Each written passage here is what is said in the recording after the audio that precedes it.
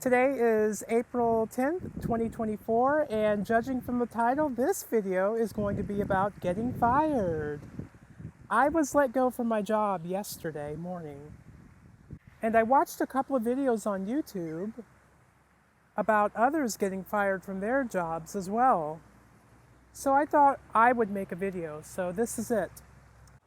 So before we start the video, I ask that you please like the video, and if you'd like to comment, please comment. That would mean the world to me. I'm sure that there are some of you out there who can relate to, the subject matter of this video. So please feel free to share your stories, your comments. I would love to hear them. Thank you very much for watching. So yesterday seemed like a typical Tuesday morning. Nothing out of the ordinary starting out. I got up, washed up, made my coffee, and had some fruit to go along with it. And after logging in, I noticed that my employer had called me about an hour or so before.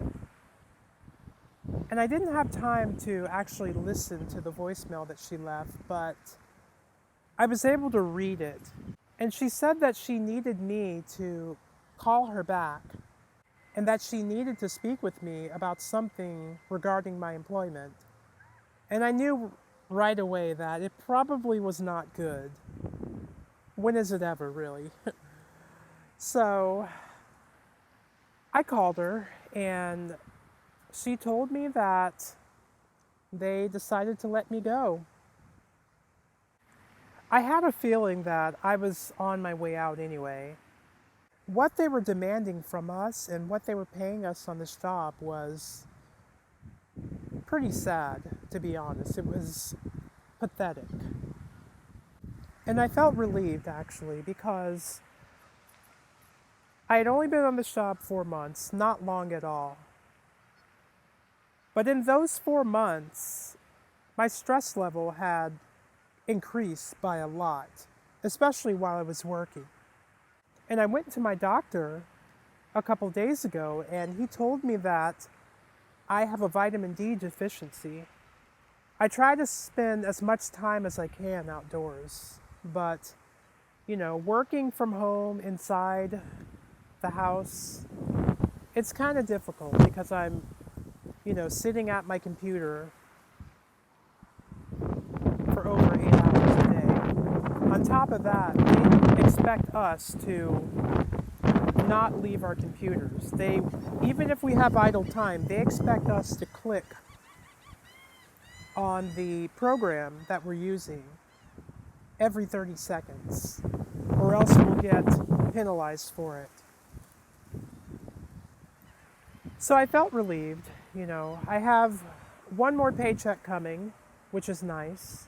After that, I won't have that paycheck coming in, which, that's a disappointment, yes, but I now have autonomy over my time once again, and it feels good, to be honest. It feels good to be free. I'm not against work. Please don't think that I am, but if a job is causing you stress and affecting your health, and your employer is demanding way too much from you, and they're only giving you very little, I think that's a problem. And I would recommend, if you're not comfortable in that situation, to try to find a way out of it. So a few things that I forgot to mention during the recording of the video earlier. Work-life balance. Having a healthy work-life balance is something that I value a lot. Because if you're not healthy and you're constantly working and not getting enough rest or time away from your work, that can lead to a lot of problems with your physical health, mental health, and take a toll on you eventually. So that is something that I value a lot. I was a pharmacy technician. I have been a certified pharmacy technician now going on 13 years since 2011. But I never really excelled at pharmacy, and it was more of a plan B for me. because I earned a college degree in the arts, which is something that I do not recommend, by the way, but I worked in pharmacy on and off since that time, so that was my position there. Generally, our callers were nice, they were friendly. We would receive bad calls or callers who kept us on the phone a lot longer than we should have been, and they wanted our calls to be an average of 5 minutes. But oftentimes, our calls would go a lot longer than that. We would have doctors' offices call in a lot. The customer care team within our company would call us a lot, and we would have members call too. And I could usually tell when a doctor was calling because they had a certain arrogance about them usually. And remember the show Becker with Ted Danson? He was a doctor. A lot of the doctors, male doctors, had that kind of personality. They were angry, mad at the world, and just fed up. It was kind of funny. It reminded me a lot of the show Becker. Oh, and I almost forgot weight loss medications.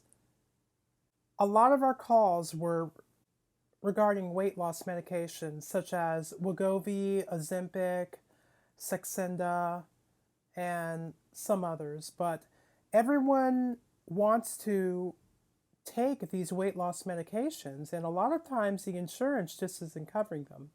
And someone told me that their state could no longer cover them because they could no longer afford to, because the state would go bankrupt if they continued covering these weight loss medications. So that was a lot of hassle dealing with the weight loss medications, and they would need to meet certain criteria in order to be prescribed the medications, and oftentimes the insurance or their insurance would not cover these medications, or for the new calendar year would no longer cover the medications. And dealing with the weight loss medications was another thing that we had to deal with quite often. So yeah, I'm definitely not going to miss that. Not at all.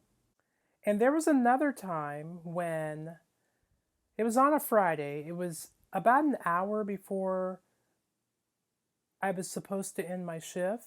And in our Microsoft Teams chat, our supervisor announces that we have to do mandatory overtime, 3 hours. And I had already made plans. It was a long day. I had a lot of crazy calls that day, so I had nothing left in me. Long story short, I did not work overtime that weekend because I just couldn't. I had nothing left in me after being on the phone for 8 hours. And there were times with my last supervisor where we could go offline and work the prior authorizations assigned queue because our department was the prior authorizations department. And it was kind of sad because a lot of callers would call in and they would explain to us, well, I've been on this medication now for 25 years or sometimes longer than that, and now my insurance isn't covering it. These healthcare companies, they will drop a medication from their formulary because they do not want to spend the money usually. And that causes the members to lose the benefit of having their insurance cover their medication.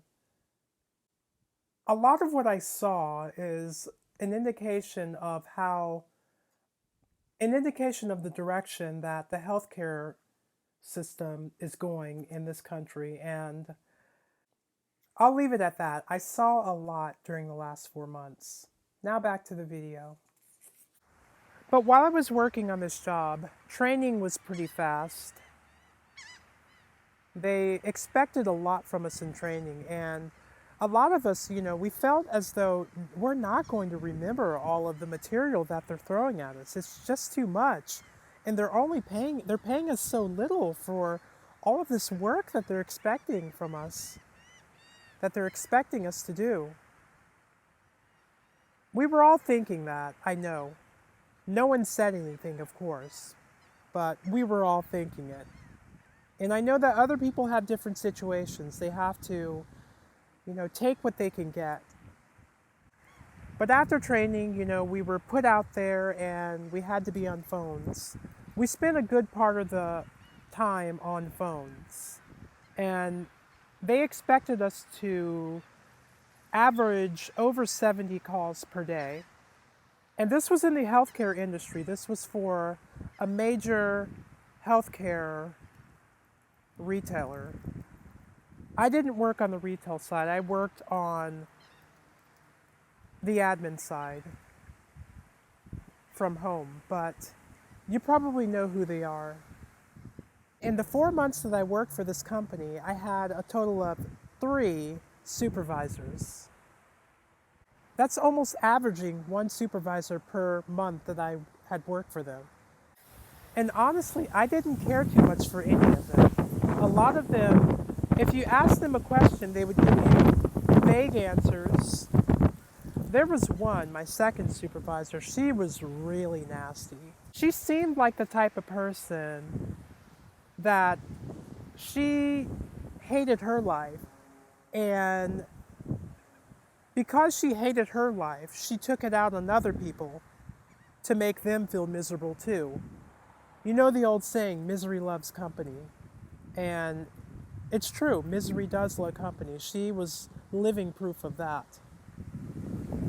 And I would ask her a question and she would ignore me as if I was asking her a silly question when I wasn't. I was only asking her because I wanted to become better at my job. But about a month ago, I think she was promoted or transferred to another position. I told HR, I requested them to assign me to a new supervisor because it's not working out with her. They said that they couldn't do it, and they said that they would try, but they were very slow about it. Lucky for me, though, she received that transfer promotion, whatever it was that she got. And then we received another supervisor. She was a little better, but I know she wasn't on my side either. She wasn't looking out for my best interest either. They're all about metrics, all about numbers. If you're not meeting those metrics by a certain point, regardless of whether or not you're well trained, and the fact that they're giving you too much work and paying you such a little amount, it doesn't matter to them. But I value time more than I do money. I don't have a lot of money. Thankfully this job, it allowed me to set a little aside. I was able to do that. I was able to repair my old laptop. I bought a new screen for it and everything. And I purchased the guitar. I made a video of it earlier in the year, which I absolutely love. And also, more recently, I sold my car and purchased an Ebike because I was working from home. My car was in need of some repairs, and I didn't feel that it was worth it to spend the money on repairs, and that I would just buy another car once I'm ready to buy one. But working from home, I didn't necessarily need a car because I wasn't commuting to work. When I would go out, it would just be to the grocery store or, somewhere that was necessary, because this area, the area that I live in, it's grown quite a lot over the last few years. More people live here now, and driving can be a headache depending on the time of day that you're on the road. And a lot of people are driving reckless now too. They flooded this area with migrants or illegals. And a lot of them have purchased vehicles and are driving without licenses and shouldn't be driving and putting other people in danger and more at risk, which I think it's disgusting what our government is doing right now, to be honest. But I digress. I will not get too political in this video. We'll save that for another one. So yeah, I'm now free, You know, the last couple of years, last 2 years in fact, I have been studying IT and cybersecurity, and I wanted to sit for the Security Plus exam. I just haven't had time to do it just yet. I've been on a few cybersecurity interviews, even while I was working for this healthcare company. My last interview, I did really well. I made it to the third round. I met with the compliance team. Unfortunately, I never heard back from them. I listened back to my interview and, well, I thought I did pretty well on that interview too. There were a total of 4 people in this interview, and they were just firing questions at me. Cybersecurity and IT related questions. And I knew the answer to most of them, but one of the ladies there, she spoke with an accent, and there was a question that she asked me about encryption, about end-to-end and point-to-point. Whoa, sorry about that. About end-to-end and point-to-point encryption. But the way she described end-to-end encryption, I think she said IEEE or I2E, something like that. There's another name for end-to-end encryption. But she spoke with an accent, and I had trouble understanding what she was asking me. And I'm so sorry if you can hear that. Like I said, everyone wants a loud car now. I don't understand. What is the big deal about loud cars? Okay, so the question that she asked me, I couldn't quite understand what she was asking me. So I told her, I'm not quite sure about that, but she was actually asking me about end-to-end encryption. And I always send thank you letters after my interview. I sent a thank you letter to the manager and never heard back from her after that. And in that letter, I explained to her that, yes, I do know what end-to-end encryption is, and I explained it to her. I'm so sorry, I misunderstood what she was asking me that morning, or that earlier in the morning, because I tried to send them back the same day. But long story short, I've been trying to get into IT, cybersecurity. There's definitely a demand for it. The areas of cybersecurity that I specialize in are PCI DSS, that's the payment card industry data security standard. Identity access management is another one. And GRC, governance, risk, and compliance. Those are my 3 areas of cybersecurity, and I'm seeking employment in those positions. But ideally, what I would really like to do, and I've wanted to do this for such a long time now, I just haven't been able to make it happen. But I see other people out there making it happen. I would like to travel, even just for a year, as a digital nomad while working remotely. Not from home, but actually working remotely, meaning that I can work from anywhere in the world. How exciting would that be? I'm still young enough.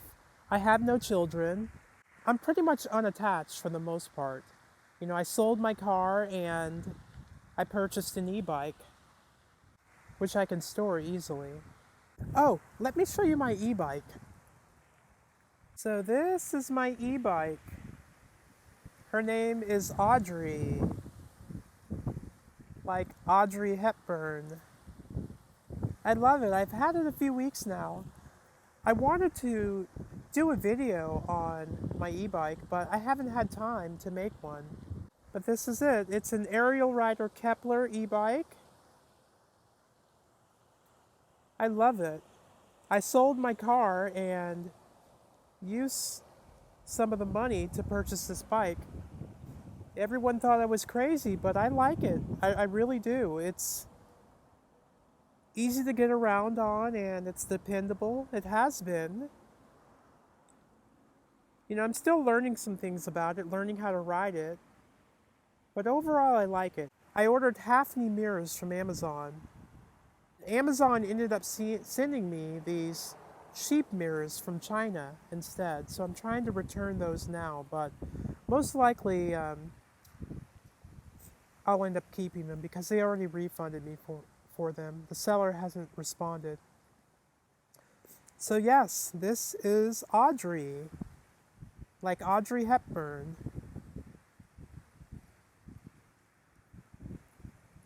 So that's been my goal for quite a while now. But I came back for foot surgery, so I will be having surgery on my left foot, which is surgery number 2, because I had surgery on my right foot last October. But yes, my left foot, I will be having surgery on the 17th, which is this coming Wednesday. And I was concerned whether or not I would be able to take time off from work, because originally my surgery date was April 19th. And I requested that day initially, and I was able to get that day off. However, they called me, my doctor's office calls me and tells me, actually, your surgery date is being rescheduled to April 17th instead of the 19th. So I was thinking, oh, gee, now I have to try to get April 17th off. 17th and 18th, because the 19th would have been perfect, because that falls on a Friday, and I would have had the weekend to recover some from surgery. But having it on the Wednesday, I couldn't just go back to work the next day. I don't think that would be a good idea. So I figured I would probably need 2 days. So the plan was to return on the 19th, that Friday. If I confused you, I do apologize. So I requested those 2 days, the 17th and 18th of April, off. Instead of approving my requests right away, like last time, they were pending. My request was pending for over a week, actually, close to 2. So I was worried. I asked my supervisor, but she pretty much ignored me. I guess she didn't care. But either way, I was not coming in to work on my surgery date and the day after. I'm the type of person, I'm not against work. I'm not against work at all. In fact, I encourage those of you out there to go out and work. But those of you who are employers, who are part of these big conglomerates, these corporations, you have to do right by people. You can't just expect to treat people any kind of way and give them very little and expect them to produce results, quality results for you. That's not going to work. Morale is going to go down, and it never leads to a good situation. The whole time, the 4 months that I worked for this company, not once did they ever do anything for us. Nothing at all. The closest thing I saw to that was them sending an emoji, a picture emoji, in our Microsoft Teams chat. Other than that, no gift cards, nothing for the holidays, nothing. And that's pretty sad, if you ask me. I'm of the thought, I'm sorry, it's quite windy out right now, but I've always been of the thought that if you take care of your employees, in most cases they will take care of you and do right by you. But a lot of these companies now just don't want to do right by people. Look at what happened with Tyson Foods recently. And a lot of people, I heard, are boycotting them. I never really ate Tyson regularly. It had been a long time, but I make it a point now not to purchase any of their products. Not that they're of good quality any. But I make it a point to not purchase any of their products because they laid off thousands, I think over 1,000 American employees, U.S. citizens who were employees for their company. And in place of that, they decided to hire a bunch of illegal migrants and pay them less so that their profits could increase. That's not good business at all. And that's one of the reasons why things are the way that they are in this country. That's the reason why the cost of living has gone up exponentially just in the last few years. But I think it really started after the 90s, probably after 9/11, around that time, if you ask me. Things were never the same after that, because during the 90s, inflation was not really that prevalent at all. But I remember back in 2005 during Hurricane Katrina, gas prices were going up, $3.85 for gas. I was in college at the time, living in the Boston area, and that was crazy. And in the news, they're saying that these oil execs, they're reporting record profits. Meanwhile, the consumer is paying the high price. They always pass that off to the consumer instead of taking a pay cut. I'm free now. I have more time to focus on where I would like to go next and what I would like to do with my life next. I'd like to start doing my podcast again. I had to stop because I just didn't have the time to do it. At least maybe once a week or every other week. My podcast is called Authentically Us. I started it back in 2019. I am relieved. I'm not that disappointed. I'm glad that I had more free time to focus on things that matter to me. That's what's really important. You can make a lot of money in this lifetime and have a lot of material things, but none of those things really matter all that much. What matters is the time that you spend with your family, the memories that you make, and leaving behind a legacy that will stand the test of time. Because when you leave that corporation or that corporate job, they're not going to remember you most likely or even care that you ever existed or worked for them. You're just a number. And I'm sure there are great companies out there who actually value their employees and who take care of their employees. I'm not saying that all corporations or companies are evil or bad. That's not what I'm trying to say at all, but I don't know what else to say. I know I'm forgetting something. I know I'm leaving something out, but yeah, this is now and I am here. So, to all a good evening and God bless. Thank you for watching.